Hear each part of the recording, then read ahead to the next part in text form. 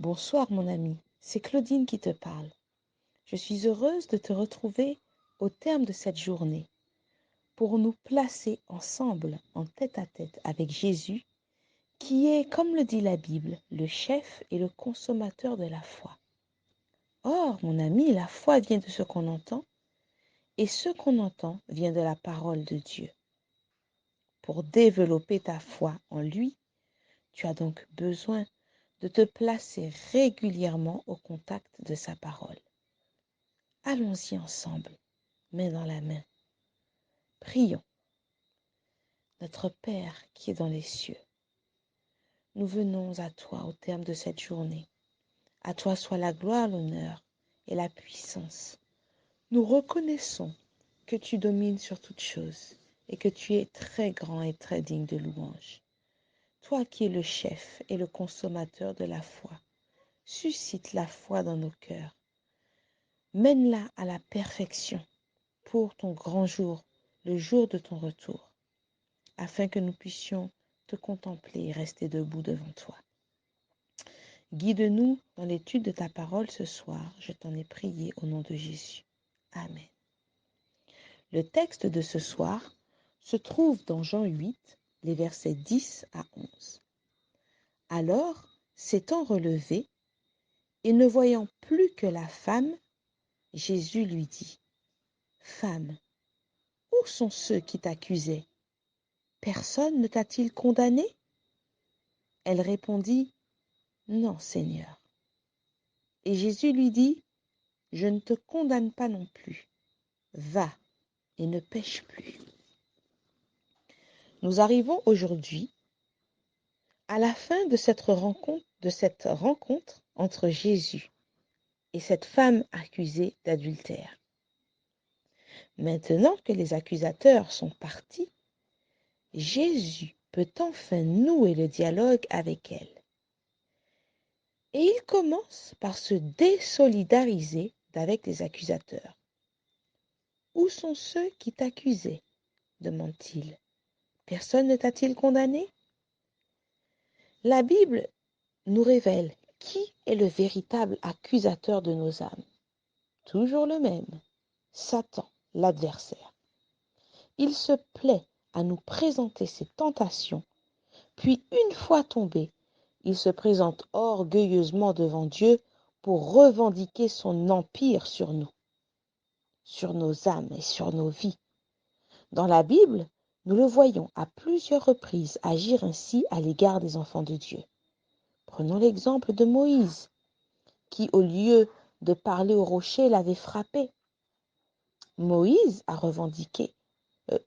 Satan a revendiqué, le corps de Moïse. Tu peux lire cela dans le livre de Jude au verset 9. Prenons encore l'exemple du grand prêtre Josué, que l'accusateur tentait de garder pour lui, qu'il revendiquait devant Dieu. Tu pourras lire cela dans le livre de Zacharie, chapitre 3, les versets 1 à 5.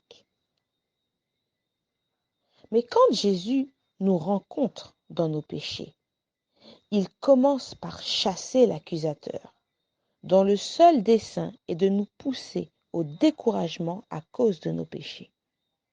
Jésus n'est pas venu condamner le pécheur, il est venu le sauver. « Je ne te condamne pas non plus, dit-il à la femme. Va et ne pêche plus. » Cette dernière phrase a autant d'importance que la première. Dans le monde chrétien d'aujourd'hui, nous avons tendance à isoler la nature d'amour de Dieu et à supprimer sa justice. On ne retient que son amour pour le pécheur et on souhaiterait leur dire « je ne te condamne pas non plus ». En effet, le chrétien sauvé par Jésus n'a pas pour rôle de condamner, d'accuser ceux qui tombent dans le péché. Autrement, il reprendrait à son compte le rôle de Satan, l'accusateur des frères. Cependant, en plus de l'amour à manifester envers son frère, il est également de son devoir d'exhorter le pécheur à changer de voie. Voilà pourquoi Jésus prononce cette phrase « va et ne pêche plus ». Sinon, il se ferait le complice du péché.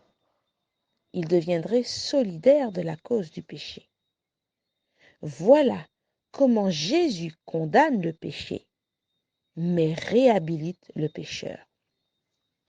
Romains 8, versets 33 à 34, nous parle de la rédemption, de la justification que Dieu accorde à ceux qui acceptent sa grâce. Et je lis ce texte, Romains 8, les versets 33 à 34. Qui accusera les élus de Dieu?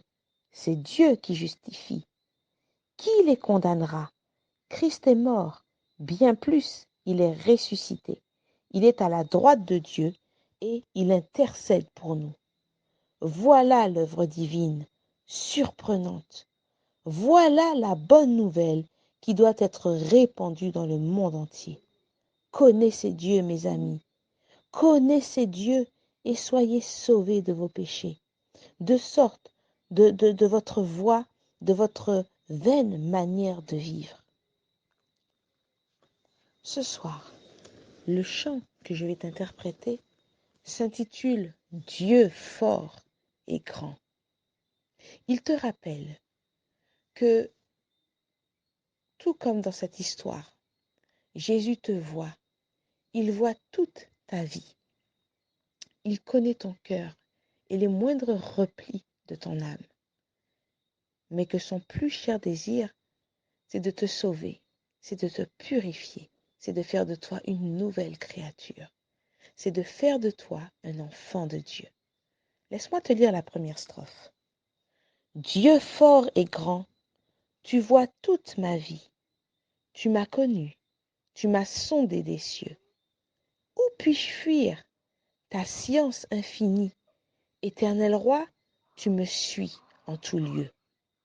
Où puis-je fuir ta science infinie? Éternel roi, tu me suis en tout lieu.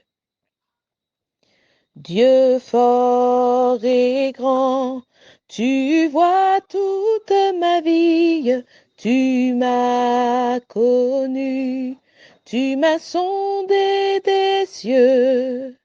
Où puis-je fuir ta science infinie?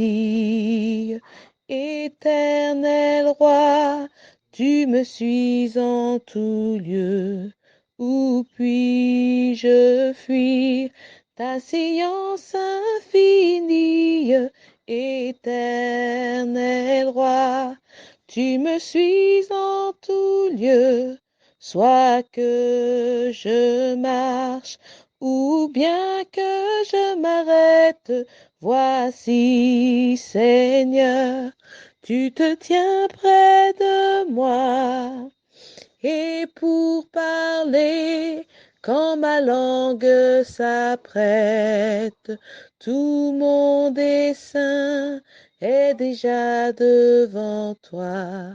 Et pour parler, quand ma langue s'apprête, tout mon dessein est déjà devant toi. Vivant ou mort, dans les cieux, sur la terre, saint de lumière ou saint d'obscurité, partout ta main peut me saisir, ô Père. Partout sur moi, ton œil est arrêté. Partout ta main peut me saisir, ô Père. Partout sur moi, ton œil est arrêté. Que ta pensée est donc mystérieuse, je n'en saurais mesurer la hauteur.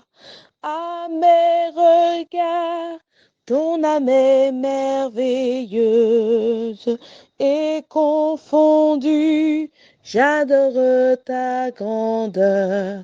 À mes regards, Ton œuvre est merveilleuse et confondue. J'adore ta grandeur. Connaître, ô Dieu, ton amour, ta puissance sur mon sentier. Voir briller ta splendeur, fondée sur toi. Toute mon espérance sont les seuls biens que désire mon cœur, fondé sur toi. Toute mon espérance sont les seuls biens que désire mon cœur. Pour toi, mon ami, qui m'a écouté ce soir, le Seigneur veut accomplir la même œuvre que pour cette femme. Il réduit au silence le séducteur, l'accusateur de ton âme, et il parle avec toi. Il te rend la liberté. Tu es libre de ce péché qui jusqu'ici t'avait enchaîné. Maintenant, va mon ami, et ne pêche plus. Bonne soirée.